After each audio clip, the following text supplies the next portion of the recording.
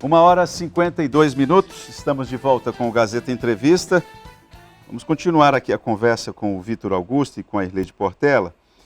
E ficou a dúvida a respeito o que aconteceu com aquela retórica a respeito da nossa integração com os Andes. Havia de forma muito presente na agenda do governo do estado a ideia de que uma parte do turista ou dos turistas que frequentavam o Peru, com destaque ali para a cidade de Cusco, poderia dar uma passeada por aqui também. Essa era uma agenda que era vista com muito ceticismo por muita gente. E eu queria saber o que aconteceu, quem era cético lá no passado se comprovou ser profeta, como é que é? Quando existe uma integração, a gente tem até a nomenclatura que é turismo fronteiriço, né? Turismo de fronteira. Turismo de fronteira. Então, o estado do Acre, ele tem esse privilégio de ter a tríplice fronteira, né? Brasil, Bolívia e Peru. E aí, faltaria um pouco mais de gestão em todos os sentidos, empresarial, de gestão governamental, profissionais de turismo, para integrar isso para que todos ganhem. Então, em 2016, nós fomos, Secretaria de Turismo, com um pacote inaugural, com uma empresa que quis investir nessa rota, né? Empresa do Acre. Empresa do Acre, Ande-Pacífico, né? A gente tinha essa nomenclatura.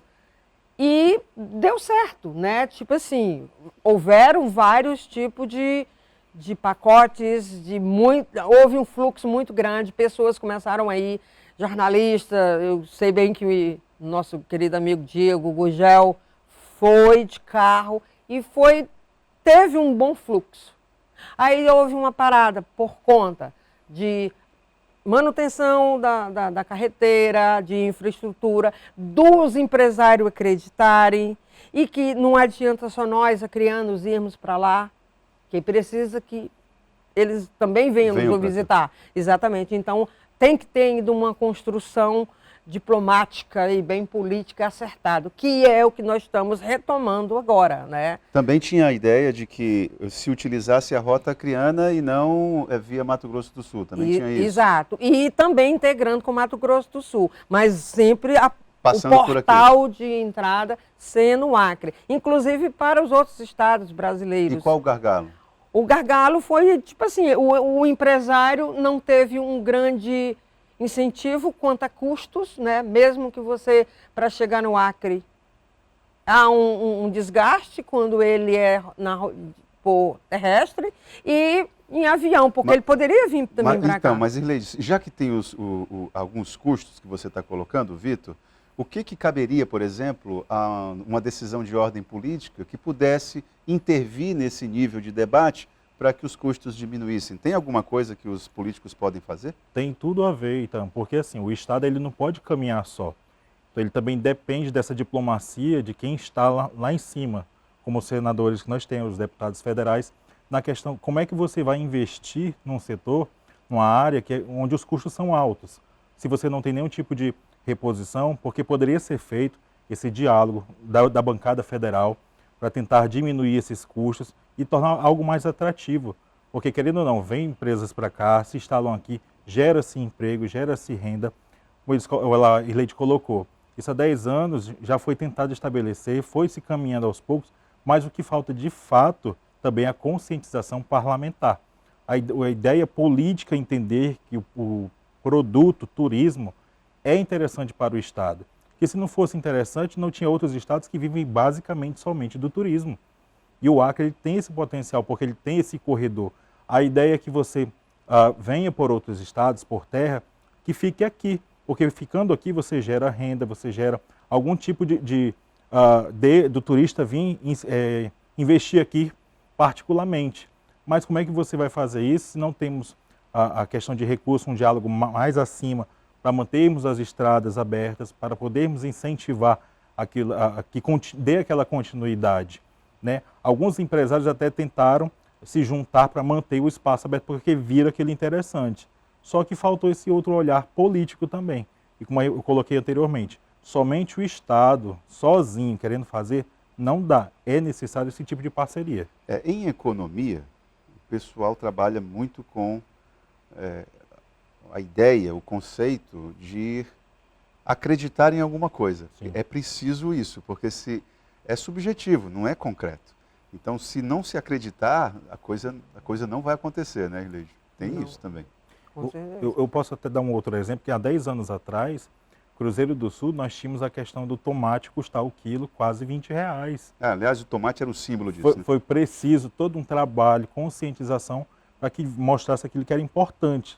Hoje você consegue comprar uma coisa melhor, porque já também se inseriu a cultura ali. A mesma coisa é o turismo. As pessoas precisam, nossos parlamentares, precisam entender mais, ter aquela necessidade também de conhecer o que é que o Estado oferece, pode oferecer, e o que é que eu posso oferecer, juntamente com o Estado, para fortalecer. Tem algum problema também, Vitor, de uma espécie de síndrome de vira-lata, Irleide? Tem isso? Assim, de nós não valorizarmos o jeito que nós somos, a história que nós temos, a geografia que nós temos, não é? E nós somos isso aqui, ó. Então, o que nós temos aqui que pode se transformar em um produto turístico? E vamos lá. Tem isso também, porque às vezes a comunidade virou paisagem uma determinada cena que ela nem valoriza aquilo ali, mas um turismólogo observa aquilo ali e vê viabilidade, né? E aí precisa do aspecto pedagógico de vocês, né? Se eu não me engano, dentro da psicologia existe o tal do efeito espelho. Eu acho que é isso que falta na comunidade, conseguir enxergar esse melhor que nós temos. Se não fosse assim, nós também não tínhamos outras ideias que eu tento veicular, os bancos comunitários, que também tentavam funcionar, mas por que não foram para frente? Porque a comunidade não enxergou isso. Nós temos a nossa gastronomia, que as pessoas não enxergam o quão interessante é. Outros estados eles não têm a possibilidade de comer um peixe decente, até saudável, como nós temos. Né? Fora assim, a iguaria que nós podemos fazer com aquela matéria-prima. Tanto é que nós também estamos tratando essa questão da feira gastronômica que vai acontecer já no próximo mês, valorizar os nossos espaços. As pessoas cobram que precisamos ter espaço, mas ninguém visita. Você sabia que o Palácio tem uma visita guiada? Não sabe porque não frequenta lá. A única vez que eu acho que as pessoas conseguem visitar o Palácio é quando ainda são crianças e estão na idade escolar e o colégio leva. Mas quando você traz uma pessoa para cá, você também não tem essa informação. Olha só, Irleide e Vitor, aqui uma provocação feita pela Franciélia. Sou turismóloga e estou assistindo a entrevista. Essa história de turismo de fronteira só serviu para formar várias turmas de bacharéis em turismo e essa mão de obra não foi absorvida. Por falta de políticas para absorver esses profissionais que não trabalham na sua área de formação, porque não têm boa vontade de fazer a engrenagem andar. Pergunta, por que muitos turismólogos formados estão trabalhando em outras áreas e desempregados? Se tem uma secretária para absorver, uma secretaria, imagino, né? Para absorver essa mão de obra. É a Franciélia que está fazendo essa provocação. Franciélia, conheço, um abraço, um beijo. Ainda essa semana encontrei com ela aqui no centro e a gente trocou uma ideia boa. Inclusive ela se formou comigo em 2007. Mas é a observação dela? A observação dela é pertinente no seguinte, e eu tenho uma colocação, nós temos um mercado que não absorve essa quantidade de profissionais que formou. O que é o turismólogo? Ele é um pensador, um estudioso, ele é para planejar. E geralmente a minha própria sociedade o confunde com ele ter que ser recepcionista de um hotel. Né? Então ele exige várias ramificações, exige turismólogo com habilitação em hotelaria e em administração. E aí eu digo sempre o seguinte, em toda profissão cabe o empreendedorismo. Né? Então eu não posso simplesmente culpar que existe uma secretaria para absorver. E nós, os acadêmicos, os bacharéis em turismo, nós temos uma média de 6 turmas formadas pela FAO.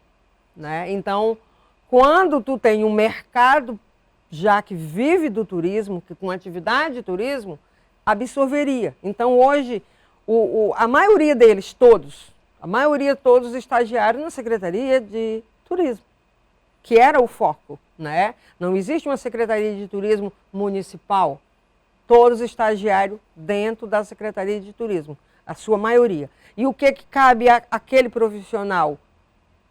Tentar crescer e viabilidade de criar negócios, né? E temos um bom número de classes de guia. E aí o turismo é geração de emprego e renda, não que você tem que se formar e ir trabalhar dentro da Secretaria de Turismo. Eu tenho o privilégio de ser servidora do Estado, e aí em 2003 chegou a Faculdade de Turismo aqui, e aí eu fui fazer como mais 4 funcionários do quadro da Secretaria de Turismo. Então nós hoje temos técnicos dentro da Secretaria de Turismo que somos do quadro. E trabalhamos no Departamento de Turismo. Agora, preciso empreender, que o Estado, que as faculdades promovam ou criem mecanismo para absorver e não só jogar no mercado de trabalho sem ter a viabilidade. Tanto que o curso hoje, ele parou. Por quê? Porque tem um número X. Chega uma hora que não dá mais, né? Já está suficiente. Agora, precisa que cada profissional faça jus também. Ela é uma excelente profissional, Franciele. Bom, me lembro que em determinada época, a Secretaria de Estado de Turismo divulgou dados a respeito do nosso perfil, não é? E um dos turismos mais fortes era aquilo que nós temos de mais frágil, que é a economia, que é o turismo de negócios. Sim. Não é? O turismo de negócios, aquilo. Quando isso bateu para a imprensa local aqui, todo mundo virou piada nas redações. Mas turismo de negócios? Como assim? Mas é aquele viajante, né? Aquele representante comercial que vem aqui, fica 2, 3 dias e volta. Como é que está esse turismo hoje? Com a vinda da internet, deu uma quebrada? Como é que foi? Ele é o grande forte, porque quando a gente fala turismo de negócio, porque você vem participar de um fórum, você vem dar um curso, vem participar de um seminário, você vem representante de venda de negócio e tu conhece a história local. Há milhares de pessoas que vêm e eu tenho como um bom exemplo até o Fábio Poechat, quando ele chegou aqui, antes mesmo de ser grande e famoso, e ele estava no hotel e ele pegou um táxi e disse, eu queria ir almoçar. E quando ele disse isso, o taxista ligou para casa e disse, eu não vou almoçar em casa. E o Fábio já contou isso no Jô Soares, já contou em vários programas e disse assim, aí o Fábio pensou assim, eu vou pegar o cara vai me explorar, e agora? Aí ele levou em vários locais, ele se liberou a tarde todinha. E levou não só no restaurante, como em vários pontos turísticos e mostrou a cidade em si. Tem que descobrir quem é esse taxista. E ele foi e disse assim, aí no final, ele disse, você pode... Não, eu já almocei, eu não vou. Ele não cobrou nem a corrida, ele não cobrou nada do Fábio. Ué, mas aí também... Porque o prazer dele ter mostrado a cidade, depois que o Fábio se apresentou, que era ele. Então, a gente precisa de, quando a gente fala assim, de inovação, pessoas que, não adianta só eu formar. A faculdade não me deu o know-how que eu tenho. O know-how que eu tenho é meu. É eu ser empreendedor. É isso que falta. Agora, turismo de negócio. Vem, passou de 24 horas, ele é um visitante, ele só é turista quando ele vem para passeio, mas ele conhece a história, ele conhece os locais. O que é que nós, da Secretaria de Turismo, enquanto governo, o que é que a gente sempre coloca? Quando qualquer secretaria, for fazer um evento, deixe uma tarde, deixe um tempo livre para fazer um city tour, para a pessoa sair daqui conhecendo culturalmente, historicamente e vendo como o acreano vive.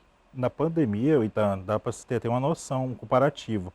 Durante o período que nós estávamos aqui em pandemia, isolados, a ocupação nos hotéis ela chegava a 35%, né, com uma viabilidade de funcionamento de funcionários de até 8%. A partir do momento que melhorou, rapidamente pulamos para 90% de ocupação nos hotéis. Assim como também veio a questão da subida de empregos, que foi para 65. Então dá para a gente ter uma noção que não estávamos tendo passeio, mas as pessoas continuavam vindo exatamente para fechar esses negócios, né? Então assim, existe, é forte, só que as pessoas ainda não conseguiram se enxergar de fato o seu próprio potencial. Bom, eu vou fazer aqui uma última provocação, mas é bem tranquila. A Fundação Inês Mansur não tem sido parceira da Secretaria de Turismo, né?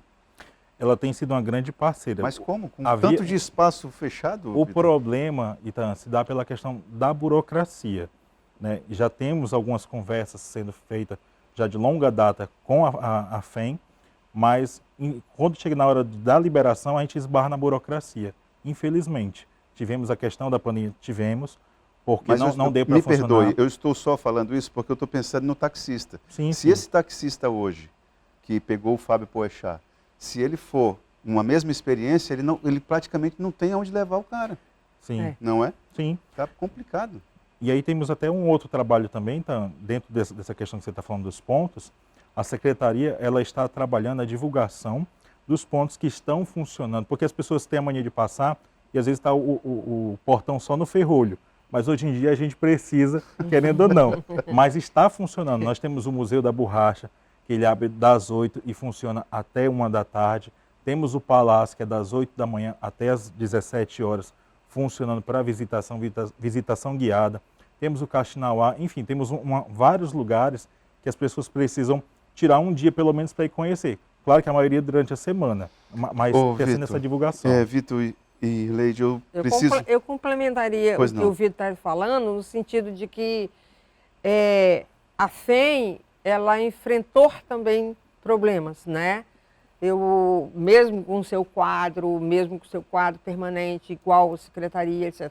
Mas, assim, é preciso que as pessoas frequentem, para poder depois entender que existe turismo no Acre, existe lugares a ser visitado, existe uma consciência de que se eu passo o ano todo, planejo 6 meses, umas férias, mas eu só penso em ir para Fortaleza, para o Rio de Janeiro, etc., e nunca para dentro do próprio interior, e nunca para dentro do seu próprio estado. Então, o turismo tu só vai valorizar se tu amar tua aldeia, se tu amar o teu estado. Então, o acreano tem já no seu conceito de quando escuta o hino, a gente chora. Mas aí, na hora de tirar as férias, vai para o Rio de Janeiro. Tá certo. Irleide, essa questão de formação é uma questão de educação mesmo. Isso é o papel de vocês aí. Vocês precisam ajudar a mudar essa história. Eu queria agradecer a participação de vocês. Nosso tempo acabou. E, bom, boa sorte, bom trabalho para vocês. Obrigado, Itan. Estamos fazendo. Vamos para o intervalo. Vamos conversar com a professora Luísa Lessa aqui no Gazeta Entrevista, logo após o intervalo.